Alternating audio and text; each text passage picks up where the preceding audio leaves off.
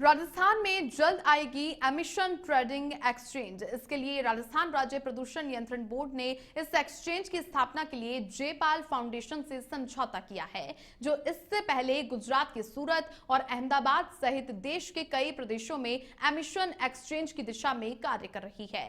विश्व पर्यावरण दिवस के अवसर पर मुख्यमंत्री भजनलाल शर्मा की उपस्थिति में प्रदूषण नियंत्रण बोर्ड और जयपाल संस्थान ने समझौता पत्रों का आदान प्रदान किया।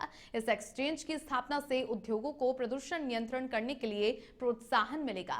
साथ ही तय मात्रा से अधिक प्रदूषण करने वालों पर पेनल्टी होगी। वहीं जो उद्योग प्रदूषण को नियंत्रित करके तय सीमा से नीचे ले आएंगे, वे अपना बचा हुआ कोटा उन उद्योगों को बेच सकेंगे जो किन्हीं कारण प्रदूषण नियंत्रण करने में असमर्थ रहे। सूरत सहित देश के अन्य भागों में हुए ऐसे प्रयोग के सकारात्मक प्रभाव देखने मिले हैं, जो कि अब राजस्थान में भी जल्द ही इसकी शुरुआत होने की उम्मीद है। इसे लेकर नेशन 27 के deputy news editor Avanindra Mishra ने जयपाल फाउंडेशन के जनप्रतिनिधियों से खास बातचीत की।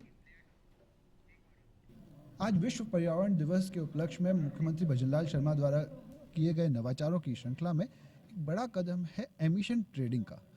उसके लेकर एमओयू हुआ है जयपाल फाउंडेशन और राजस्थान प्रदूषण नियंत्रण बोर्ड के बीच। हमारे साथ जयपाल फाउंडेशन की विजयलक्ष्मी जी और गार्गी पाल मौजूद हैं। उनसे जानते हैं क्या है ये एमिशन ट्रेडिंग और इससे क्या कुछ लाभ होने जाएंगे। पहले आप बताएं गार्गी जी, क्या है ये एमिशन ट्रेडिंग और इससे क्या कुछ लाभ मिलेगा? तो एमिशन ट्रेडिंग स्कीम में ये एक ऐसा रेगुलेटरी टूल है जहाँ पे इंडस्ट्रीज़ को एक तरीके से फ्लेक्सिबिलिटी दी जा रही है कि अगर आपने जो प्रदूषण किया है वो किसी एक टारगेट से कम किया है तो आप उसको बेच सकते हैं, बेच के आपको उसका पैसा मिलेगा। अगर आपने किसी टारगेट से ज़्यादा किया है तो आपको उसको ख़रीदना पड़ेगा, तो एक तरीके से वो फ़ाइन बन जाता है। ये जो रेगुलेटरी टूल है ये हमने सूरत में इवैल्यूएट किया है, सूरत इंडस्ट्रियल क्लस्टर में, जो कि टेक्सटाइल डाइंग एक क्लस्टर है।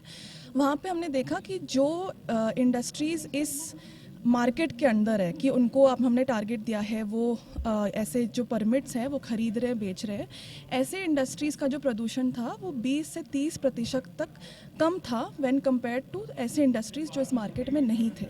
तो ये हमने सूरत में टेस्ट किया था। और एक चीज़ और मैं बताना चाहूँगी कि जैसे हम जयपाल साउथ एशिया से हैं, हमारे साथ एक और संस्था जुड़ी है एपिक इंडिया, तो हम दोनों साथ में पोल्यूशन कंट्रोल बोर्ड के साथ काम करेंगे। विजयलक्ष्मी जी, राजस्थान में क्या कुछ संभावनाएं आपको दिखती हैं और किस प्रकार का बदलाव आ सकता है?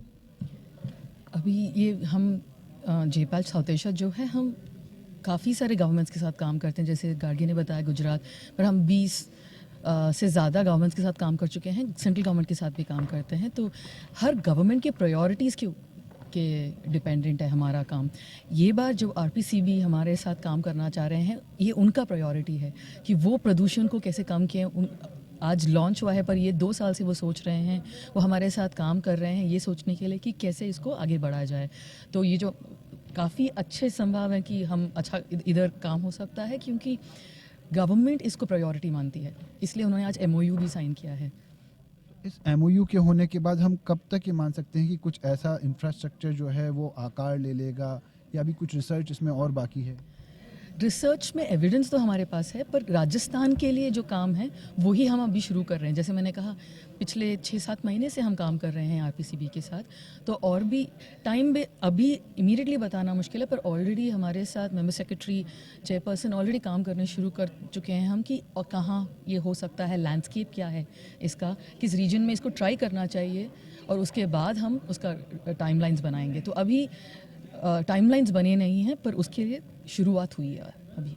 तो एक अनुपम शुरुआत आज हुई है और उससे राजस्थान के अंदर प्रदूषण को नियंत्रण करने में रास्ता खुलेगा, जिसमें प्रदूषण नियंत्रण बोर्ड भी होगा, उद्यमी भी होंगे, और हम उम्मीद करते हैं कि आगे चल के इसके सुखद परिणाम देखने मिलेंगे।